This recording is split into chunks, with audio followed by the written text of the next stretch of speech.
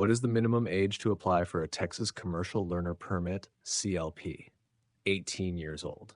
18 years old. You must be at least 18 to hold a CLP and train for a CDL in Texas. Here's another. How long must you hold a CLP before you can take the CDL skills test? 14 days. Texas law requires a 2-week waiting period to allow practice time. Moving on, what score is required to pass the Texas CDL General Knowledge Test? 80%. You need to answer at least 80% of questions correctly. Let's continue. When performing a pre-trip inspection, you must check all vehicle systems and components. A full check ensures every part is safe and functional. On to the next. On a steep downgrade, you should downshift before starting down the grade. Shifting early uses engine braking to control speed. Keep this in mind. What is the purpose of the air brake system? To stop the vehicle using compressed air. Air brakes stored air pressure to apply the brakes. Here's something. What is the maximum blood alcohol concentration for commercial drivers? 0.04%. Commercial drivers have a stricter BAC limit than regular motorists. Let's take a look. How often must you inspect your cargo during transport? Before, during, and after the trip, regular checks prevent load shifts and safety hazards. Now for this, what is off-tracking? When the trailer's rear wheels track inside the tractor's path, long combinations cut the corner tighter than the tractor. Continuing, when must you use the parking brake? Whenever you park the vehicle, always set it to prevent unintended rolling. Another one, what is the proper following distance for CMVs? 1 second per 10 feet of vehicle length. This guideline gives you enough space to react. Check this. How do you test the service brakes during pre-trip? Apply the brakes while moving slowly forward. This confirms they engage smoothly under load. Coming up, the governor in an air brake system controls when the compressor pumps air into the storage tanks. It keeps system pressure within safe operating limits. Here's the next one. What does the trailer hand valve do? Tests the trailer brakes separately. It lets you apply trailer brakes independently for inspection. Focus on this. When backing a CMV, you should use a helper whenever possible. A spotter can see blind spot hazards you cannot. Let's review. How do you prevent jackknifing on a slippery road? Slow down before entering a curve. Proper speed control avoids sudden trailer swings. Don't forget, what is the primary purpose of the suspension system? To support the vehicle and provide a smooth ride. Suspension also maintains tire contact and improves handling. Here's a question. When should you use your 4-way emergency flashers? When stopped on the side of the road. Flashers warn other drivers of your stationary vehicle. Next question. What is the correct procedure if your vehicle hydroplanes? Release accelerator and steer straight. Maintaining your direction helps you regain traction. Now here, how should you handle a tire blowout on the front axle? Hold steering wheel firmly, stay off brakes. Braking can cause you to lose directional control. Let's cover this. How should you handle a rear wheel skid? Steer in the direction you want the vehicle to go. Turning into the skid helps you straighten out. Remember this. When should you use low beam headlights? During fog, heavy rain, or snow. High beams reflect off precipitation and reduce visibility.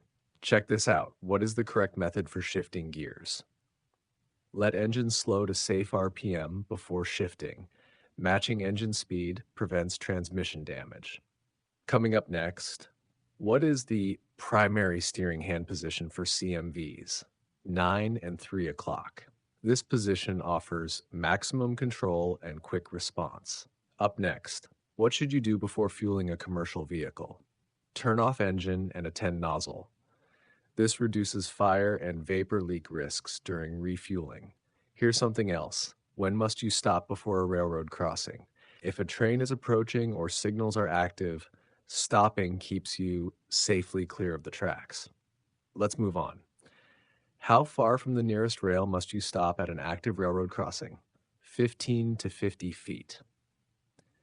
This distance ensures you're clear of the tracks and can see oncoming trains. Another point, when entering a freeway from an on-ramp, you should adjust speed to match traffic flow. Merging at similar speeds reduces disruption to other vehicles. Keep going. What is the maximum speed limit for a CMV on Texas rural interstates? 75 miles per hour. Texas allows higher speeds for commercial vehicles on certain interstates. Don't miss this. When must you dim your headlights? Within 500 feet of oncoming vehicle. This prevents blinding drivers approaching you. Here's a detail. What does a solid yellow line on your side mean? No passing allowed. You may not cross it to overtake the vehicle ahead. Continuing on. How often should you check your mirrors? Regularly to monitor traffic and vehicle position. Frequent checks help you stay aware of surrounding hazards. Next up, what is the recommended method for making a right turn? Swing wide to avoid hitting curb. Wide turns prevent trailer wheels from clipping the curb. Now for this, when approaching emergency vehicles stopped on the roadside, you must move over a lane or slow down. Texas law requires you to yield space for roadside responders. Here's another. What is the correct way to apply the brake in an emergency? Press the pedal firmly without locking wheels. Maintaining tire rotation preserves steering control. Almost there. What does the governor cutoff do? Stops compressor pumping at max air pressure. It prevents overpressurizing the air tanks. Up next, what documents must you carry in a CMV? License, medical card, logbook, registration, insurance.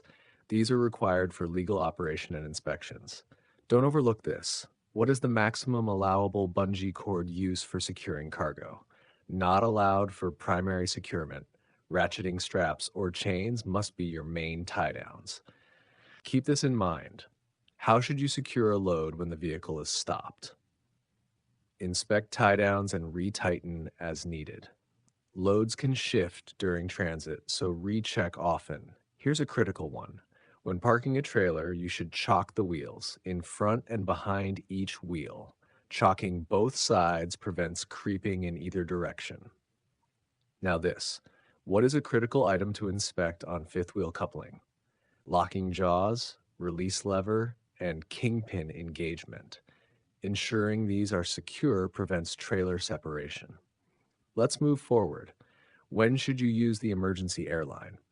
To supply trailer emergency brakes, loss of this line's pressure applies the trailer brakes automatically. Next question. How many red reflective triangles are required for a stopped CMV on the roadway? 3. Place them to warn drivers approaching from both directions. Here's the next one. What is the proper placement of reflective triangles behind the vehicle? 10, 100, and 200 feet. Staggering warns drivers at increasing distances. Stay focused. What is the maximum hours of service limit for property-carrying drivers in Texas? 14 hours on duty. You can drive up to 11 hours, but must end all driving after 14 hours on duty. Let's continue. When must you take a 30-minute break according to HOS rules? After 8 consecutive driving hours. This rest period resets your driving clock. Moving on. What is the maximum on-duty period in a rolling 7-day period? 60 hours. You must not exceed 60 hours on duty in any 7-day cycle. Here's another. How long can you drive after taking a 30-minute break? Up to 11 hours driving. After the break, you may drive up to 11 hours within your 14-hour duty window. Next question. What does ELDT stand for?